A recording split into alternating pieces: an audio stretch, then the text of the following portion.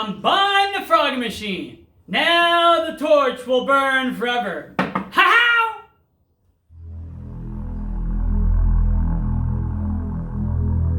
Welcome.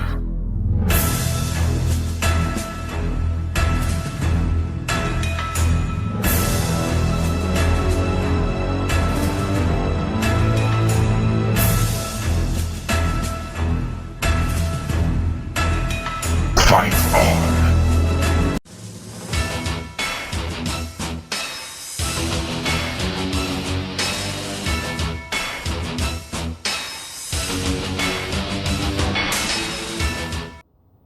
Greetings everyone, what is up? Welcome back to Top Tier Arcade. My name is Steve, and we're back in the apartment. In this video, we're going to be taking a look at Frogger Part 4, and this is going to be the memories. Yes, we've come to it at last, the memories of Frogger. Time to reflect back about the machine, chill out, kind of a softball video. Actually, memories are my favorite because I get to do two things I love, arcades and cigars, or pinball cigars. And we're going to be smoking today the Punch Coronations. It was a cigar I got in Cuba. And what a great time we had. So, what's going on in the world? Oh, world end? What a hell of a couple weeks it's been, haven't it? You know, since I've filmed my last video, I didn't think it was that big of a deal. But this coronavirus is fucking up everything, man. I mean, to be honest, I work from home. And I work for big companies, and I started working from home back in October. And I'm set up. So even if I'm self-quarantined or whatever, I'm good. My wife's still up in the air with their work. They don't know what to do. Now I'm in Canada. If you don't know, I'm in Toronto, so they don't know what to do. Let's light this up and start it.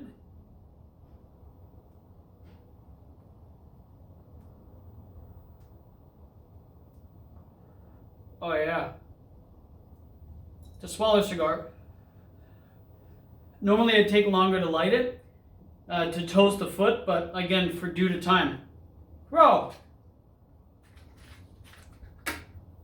I'm not opening my Cuban rum. We have a Havana Club, because we have a very expensive one, like an $80 bottle. And I didn't want to open it yet, so I'm drinking Mount Gay Rum. I got this when I was in Barbados. Again, I've been in Barbados. It's amazing. Anyone from Barbados, what's up? So we're going to be drinking some rum as well. Again, normally I match it with a Havana Club, a little blasphemous, but at the same time, rum is rum. And again, Barbados is beautiful as well. But again, I just didn't want to open my really, really expensive one. I have that planned for something else. Now, I hope you guys like the cold opening. It was something I've always wanted to do, and I like doing because I love Seinfeld, and it's a good segue because that's one of the biggest memories I've had of Frogger, the arcade machine, especially. Now, obviously, in the '90s, that was the last season of Seinfeld, and one of the last episodes, the Frogger episode. And when I remember, because I was a huge fan, I still am, love Curb Your Enthusiasm. It's one of my favorite shows of all time. And the new season's on as we speak. Last episode's actually this coming week. So yeah, by the time you see this, you'll see it's the next few days. That's the first time I remember as an adult. Well, I wasn't really, so what would it come in, like 98? Something like that, so I was a teen. And I loved Seinfeld, still do. I remember that because I've always liked arcades and video games. I mean, a lot of us have. But having my own arcade, I never knew it was possible. And back when George and Seinfeld ended up saying, I'm buying the Frogger machine, as the years, I always wanted a little man cave. I mean, you can tell Mary, when I first met Mary in 2005, I was telling her about how one day I want a really cool man cave with a popcorn machine and like a few games, but nothing to this extent. Like Top Tier was never that big of a vision. It was only going to be like a fun man cave and like a poker table and like a pool table and whatever. But with that being said, I never knew you can own the arcade. So now looking back thinking, Steve, man, how naive you were. You bought the same game that Costanza did, and now you own it. And thanks, Sasha, again. And it is doable, and the dream is livable. So that was kind of cool. Now, George's score is 860,000 and change. Now, that score is one of the highest scores like ever. And to beat that, only a handful of people have done it. So I remember asking myself years ago, is that a big score? Because I thought it's not a big deal, but it is. So that's crazy. Now, going back other than Seinfeld, because that was a big inspiration, Frogger was one of my top 10 games. Ooh, that's nice. I got that in Barbados in 2009, 11 years ago. Oh, that's smooth. I'm going to have the description below of the cigar and the rum I'm drinking if you guys want to see it and the reviews on it.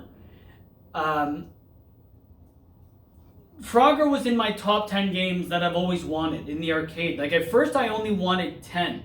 I was dead setting enough 10 of like a couple pinball machines, a couple fighters, and a couple classics, and that's it. Because who knew the future and how this is going to go? Currently I'm at 19 and counting, hopefully. So that was something interesting that I really wanted. I really wanted, again, Miss Pac was there, Frogger's there, Galaga's there, and then those were my really big three. Now I might add others, but who knows? It only takes money and time and space. So that was a big thing. But my fondest memory was Atari, because we had the Atari back. So I was born in 80. My late brother Mike, who was 3 years older than me, was born in 77. I remember us having the Atari. And I remember Frogger being one of the games that we used to play. Now, because I was younger, obviously it was easier to play. And my brother would show us, so would my uncle and then my older cousins. So Frogger was always something that I was iconic, that I always loved. I had the game. What the hell happened to the old Atari? I have no idea. I think we ended up trading it for the NES or the Super NES years ago. But again, you can find them anywhere, and they're not too hard to find. But Frogger was, an important game because I always wanted something simple. Now, the arcade, I have to be honest, is a bit selfish in my sense because I want a lot of fighters because I'm a fighting game top tier. And fighting games have been in my blood since the beginning when my older brother Mike taught us, and my other brother, my cousins, my friends, and everyone. So Mike was the mastermind and he was the teacher, the sensei per se. And Frogger was on the list for variety because I've always wanted people to come over, male, female, young, old, and everyone in between, young, experienced, and play games that they remember, that's iconic, that have fun. The arcade, though it's kind of a selfish hobby sometimes, is really for the masses and a lot of our friends and families. So I know a lot of people do share that dream and that vision with me to have a lot of games for not only themselves but for others as well. Now, what's more to say about Frogger other than it's on everybody else's list?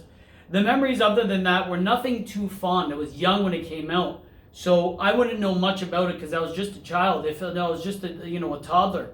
But again, the iconic Frogger.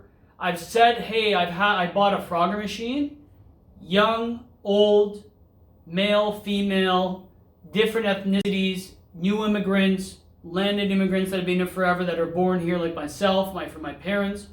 My dad knows what it is, my mom knows what it is, my uncle knows what it is, people in Greece knows who it is, my cousins will, Frogger, yeah. And that's why I wanted it in the collection. It was the top 10 of them. But that is the memories of Frogger. I remember, again, playing it. I remember it on the different variations they've had. It was the same kind of game, just different versions. And a game that I'm very proud to own. And that I love to keep in the collection for everyone. Now, that's my memories of Frogger. Now, I don't want to go too long because I don't want to ramble. It's my new, again, vision is clean, concise, no rambling. But, little ramble. One, I want to smoke, but it's not going to waste after. I'm going to still smoke it off camera. Now, you might be saying, well, Steve, you ignorant shit. The world's at a standstill. We're quarantined. We're not supposed to be, getting sick or whatever. I have to be honest with you guys. There's a little ignorance to me that I kind of don't care. I've been going to the gym, but now they shut the gyms down. So my wife, who's a lunatic, is having us run in the middle of the winter. And I get it. It's the right thing to do because I don't want to put on the weight again. I'm a bad yo-yo dieter. You can see my videos. I go from weighing like 165 and then back to 190 or 200.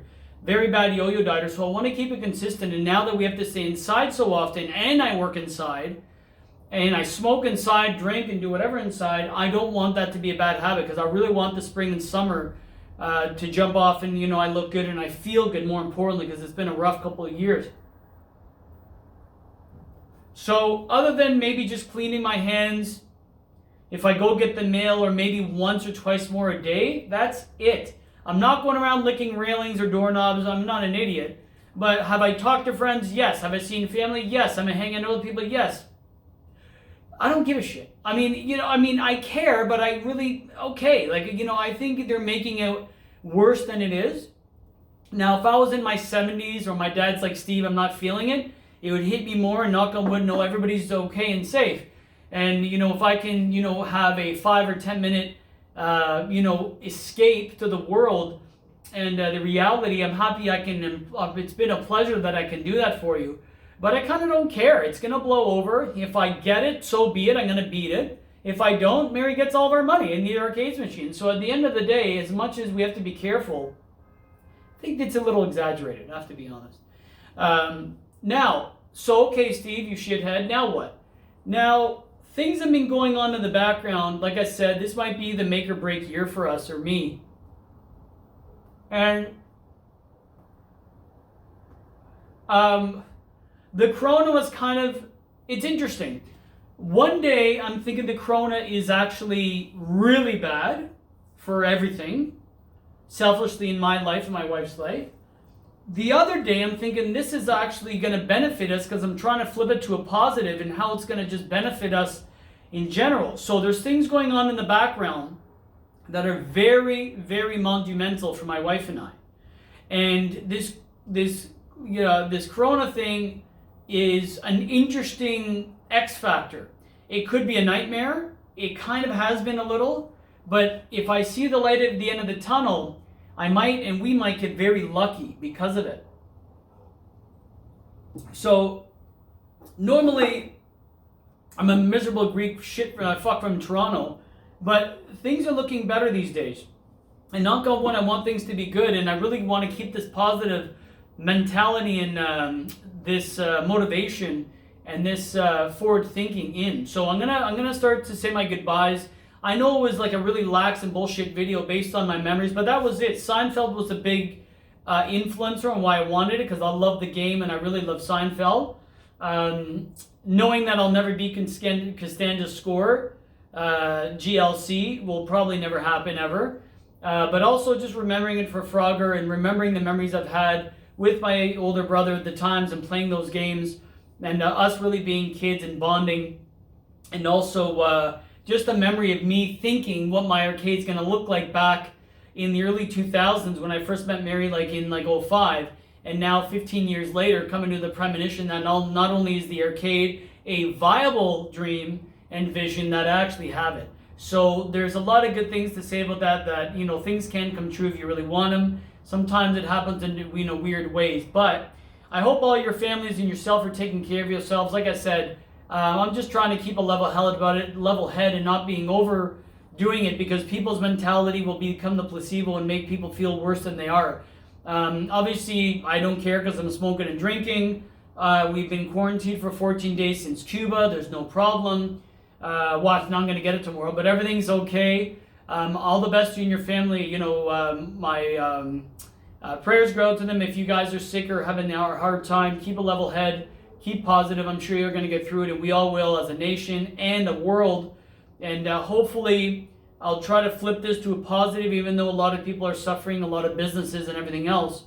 And this may be a big, weird and perverse blessing in disguise for us. Maybe. But guys, that's my memories of Frogger. Not too much. Again, it's an excuse to smoke. I love my memories. There's other games in my collection that if I get one day that I have serious fun stories and memories. Frogger, not too much, but it was iconic, and that's that. If you guys have any fun memories, leave in the description below. Any comments, concerns, questions, whatever you have for me, let me know. It's been a pleasure, and take care of yourselves and each other. Oh my God, that's that was who says that? Springer, Jerry Springer. Thanks again for checking out Top Tier. Subscribing, you haven't had a chance. If things jump off like they might be big news coming. very shortly. Maybe. We'll see. I mean, it can either be, oh my god, shit news, or oh my god, amazing news. So right now we're at literally teeter-tottering at that 50-50. Peace.